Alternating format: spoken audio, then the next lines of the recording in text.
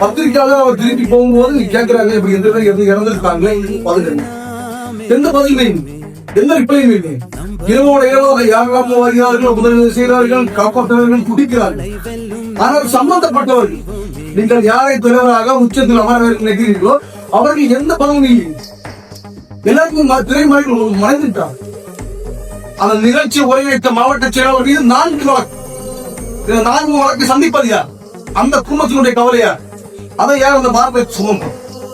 மீண்டும் மீண்டும் சொல்லுகிறேன், தமிழ் சமூகம் சிந்திக்கவில்லை. இது மாதிரியான நிகழ்வு மீண்டும் நாம் தமிழ்நாட்டில் நடக்கக்கூடாது. தமிழ்நாட்டில் நான் ஒரு மாற்றத்தை கொண்டு வரேன் அப்படின்னு சொல்லிட்டு தன்னை நம்பி வந்தவர்களை இந்த மாதிரியான ஒரு என்ன சொல்றது, ஒரு கருணை ஒரு அது சொல்ல வாய்ப்பு.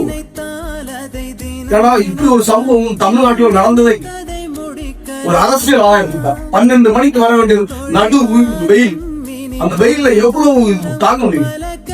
எல்லாரும் உணவு கண்டிஷனா எவ்வளவு சோர்வான விஷயம். இந்த மாதிரியான விஷயங்கள் மீண்டும் நடக்காம தமிழ் சமூகம் பார்த்துக் கொள்ள வேண்டும். எனக்கு எல்லாரும் பார்த்துருக்கீங்க ஊடகத்தில் கதை கலக்கிறோம். ஏன் அவர்கள் தமிழ்நாட்டில் சாலைக்கு பெருந்தலைவர் குறிப்பிட்டது போல ஒரு நடிகரும் நாட்டை கொடுத்தால் என்ன முடிச்சு கிளம்பிச்சு.